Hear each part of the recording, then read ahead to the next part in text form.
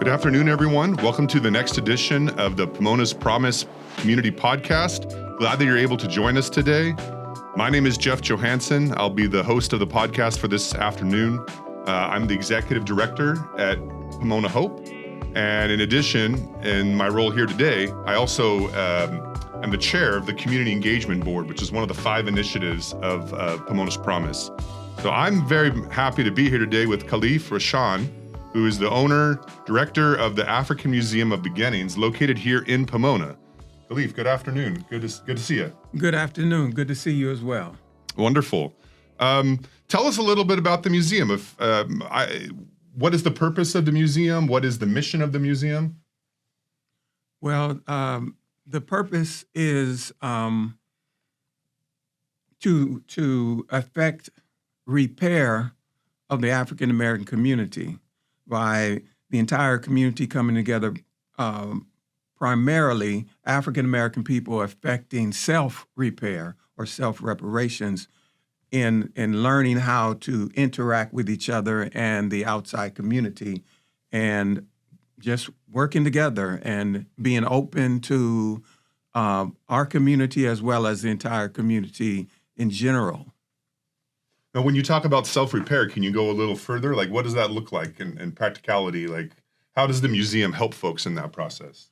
Well, with the specifics of, say, African Americans, we as a people over time in America had been stripped of everything that we had before we came here. Prior to coming here, we come from a civilization or civilizations plural that were actually foundational in all civilizations today, and inventions and government. Just about everything that exists today in the modern world comes from Africa. And so with ourselves coming here as captives, being kidnapped, and people of different families and different groups of people, there had to be an initiation for the enslavement to work, and that was to take away everything that the individuals had and put them in a hopeless position over generations, over 400 years, just countless unimaginable things that would happen to any people. And so now, I would say 100 and so years later, we have the product of being emancipated. However, being emancipated without true repair. Mm-hmm. Okay. I brought a few books with me to remind me and to make things pretty clear. Like when you view African Americans in this place, you have to keep in mind. I brought in a book by Dr. Naeem Akbar, and his book is called "The Chains and Images of Psychological Slavery." In order for a person to become a slave, there has to be a slave creation type system that goes on, and one of them is abuse, beating, and just taking them out of everything they have known. And so you fast forward to this time without a conscious and without an effort to repair people that have become the economic foundation of what we know as America, but without redressing those things that happen to this people. You get somebody and make them work, and you abuse them, you beat them, you do all these unimaginable things that I really don't want to get into because I'll get too emotional about it. I want to stay focused, okay? I have another book by Dr. Claude Anderson. It's called Black Labor, White Wealth. And in that book, it talks about the the system of enslavement, but most of it talks about the economic impact that it had on America, and that the trillions of dollars that are made and have been made in the future was made out of slave labor. And we're not talking about just America. We're talking about England, and we're talking about all the European countries. We're talking about the banking systems. Just about everything is afloat today based on the enslavement of African people. And so, but we forget about that. And a lot of political things that are going on, we lose sight of the fact that there has never been a redress of those things to make this people whole. You know, it just takes one look at what's the program with the judge show, Judge Judy. And we don't want to go beyond making the people whole. We just want to make them whole. We just want to be whole. And there are a lot of things that were just purposefully not attended to, although the benefits back then and even now, okay, even if it goes into you talk about the system of so-called corrections. There's trillions of dollars made out of that, and we have to realize who is in prison generally. You have African Americans and Latinos, basically, and and that's the justice system, as it said. And so we make light of it and say, justice system is just us in prison, and so those are just some things that we want to make clear. There's more, but we can start there. That's a good start. Thank you, Khalif, for sharing. We are going to take a quick break for our sponsors, and we'll be back in a minute to continue our conversation with Khalif. All right, today's podcast is brought to you by the Positive Pomona Productions here at the Southern California Service Corp, located in downtown Pomona. We're really happy that you joined us today, celebrating African American month of February. We have in-studio guest Khalif Rasshan. Please excuse me. Rasshan. Now say my last name. We have a competition here. Quiñones. Yeah, you got. Now you're just gonna make me feel bad. I heard you. That's right, say Khalif. All right. All right, thank you for joining us. We're back with Khalif Rasshan, the owner of the African Museum of Beginnings in Pomona. Khalif, you shared a little bit with us about the purpose of the museum. I'd like to hear a little bit about what was your entry into this world, into this knowledge. What was your inspiration, I guess I would say, to go down this path?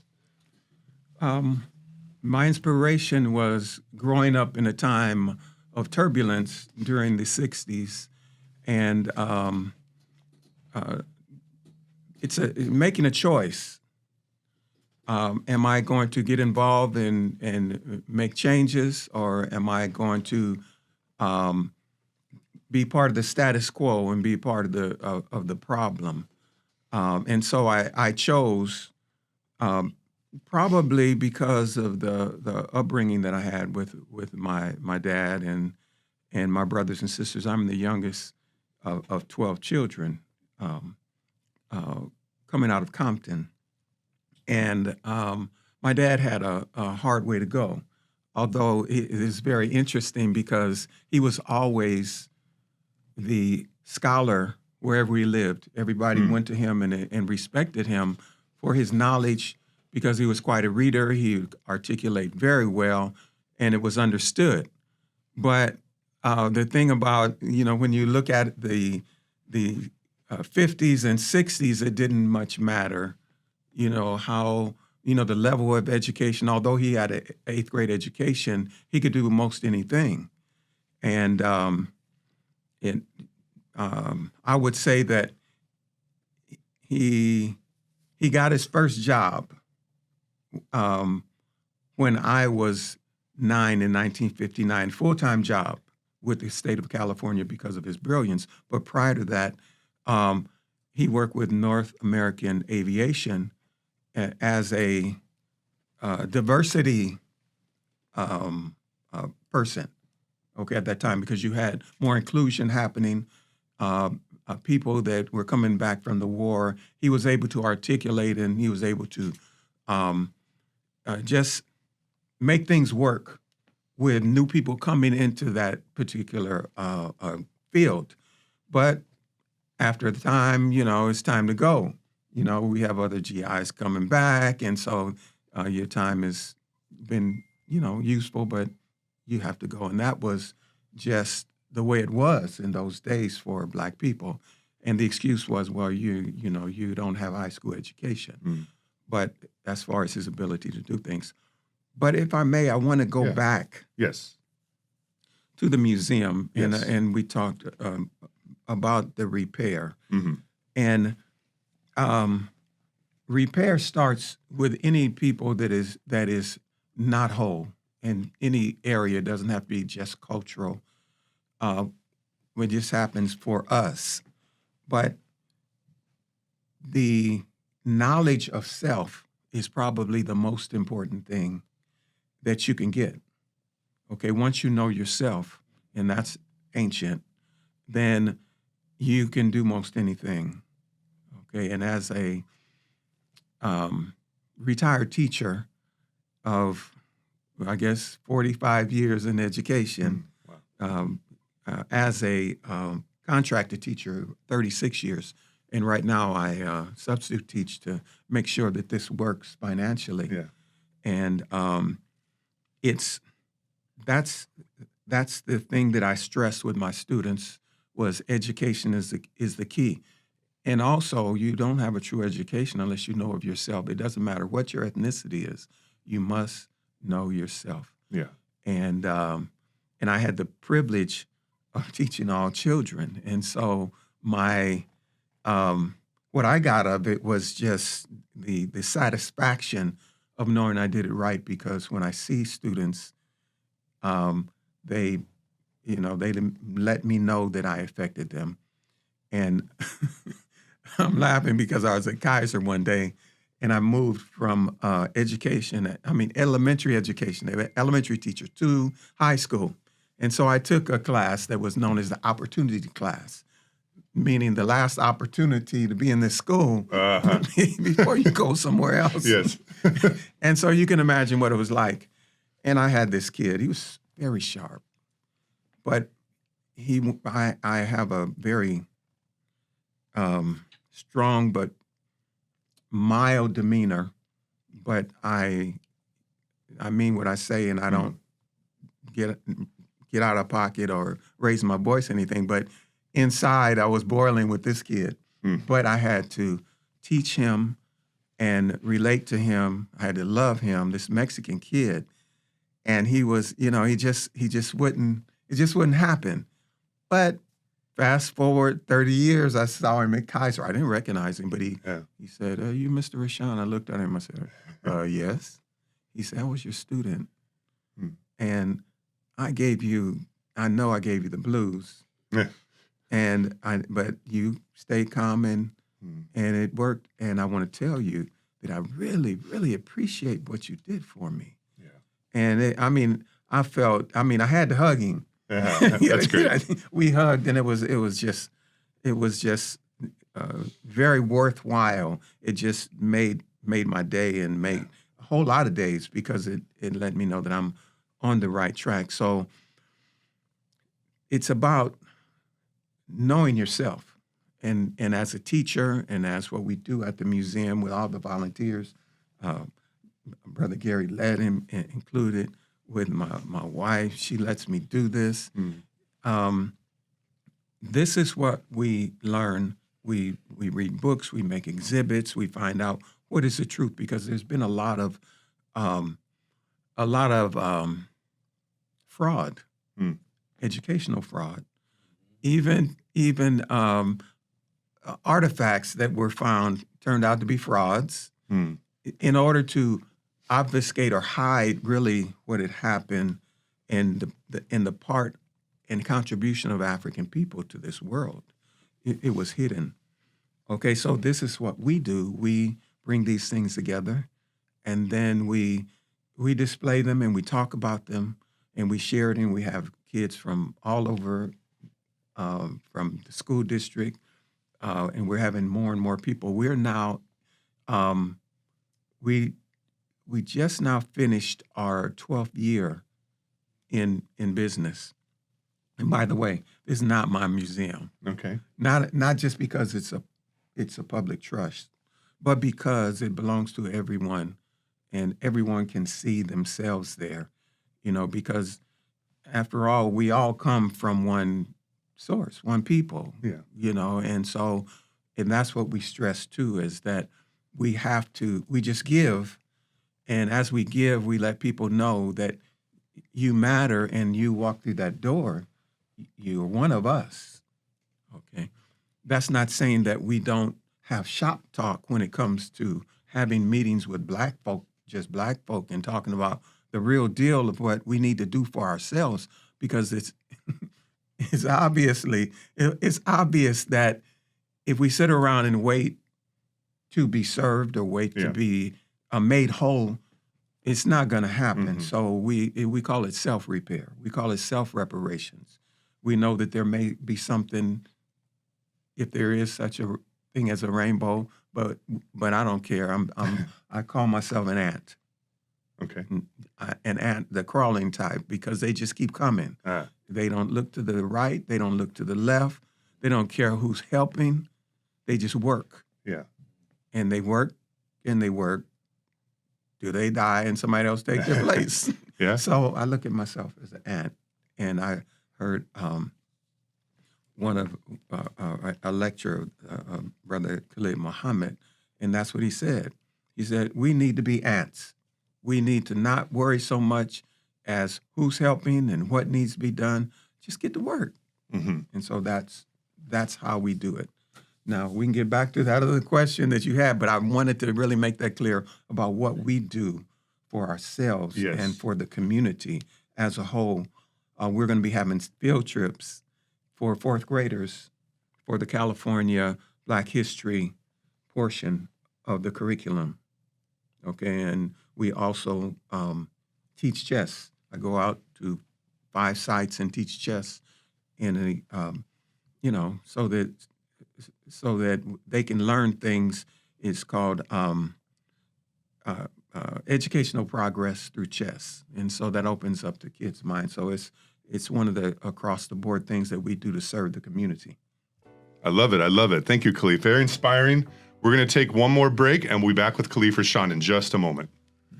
Thank you, Gary. This podcast is brought to you by the African American Museum of Beginnings at 1460 East Holt Avenue in Pomona, 91767. Now come join us at the African American Museum of Beginnings and find out where humanity starts. Our saying is, come to the African American Museum of Beginnings where humanity is welcomed home. We're back with Khalif Rasshan, owner of the African Museum of Beginnings in Pomona. I was wondering, within your collection of pieces or experiences, is there maybe one or two that you're particularly proud of or you feel are particularly impactful? There are many, but I would have to say the collection of Kemetic papyrus, which Kemetic is the African word for Egyptian, and this is something that you do not learn in your history books, that the Egyptians were African people. Okay, so I would say you can see some fine replications of papyrus. We don't have many what you would call primary sources, because it really doesn't matter, because the brain computer doesn't care. Right. You know, you come in and see replicas and know that they are from the originals. Mm-hmm. And it works just as well for us, for everyone. We do have a very, very nice replica of what would be called an Olmec head, And it would actually properly be known as a Nubian head, and we show those. And I would also advise that there is a replica in West Covina at Jalapa Park in West Covina, right off the 10 freeway. If you're going west on the 10 freeway and get out, exit Holt Avenue, and once you go down at the stop sign, you'll see a 25 or 30 ton, what they call it's a megalith, a large stone head. So just want to let you know that it's there. Okay. Shout out at Jalapa Park. Jalapa Park. Very good. If folks wanted to come to the museum, like what are your hours? What are, if I'm excited and I want to come learn more, what's the best way to get there? I would say just go to put in 1460 East Holt Avenue, African American Museum. The address, do not go to Google Maps because they will take you to the swap meet. We are not inside of the swap meet. Just go to 1460 East Holt Avenue and we'll take you to the Indian Hill Mall where the offices of Pomona Unified School District are there. And I want to give a shout out to them because they were very gracious in allowing us to start there. Yeah. And we are still there because they basically the district has let us know that we matter, and this is important for the community and for the students there. So just go by there. Also go to Facebook. As we are redoing our website, I would refer you to Facebook, and you'll find some nice things on Facebook, African American Museum of Beginnings. Wonderful, wonderful. Well, I want to thank you, Khalif, for taking the time to be with us today to share some really important information with us, not only about your museum, but also just about the state of where the African American community is at today and what it might take to continue to move things forward. So I thank you for taking the time. I encourage everyone to look up, as he mentioned, 1460 East Holt. Stay out of the swap meet. It's further on the west end of the building.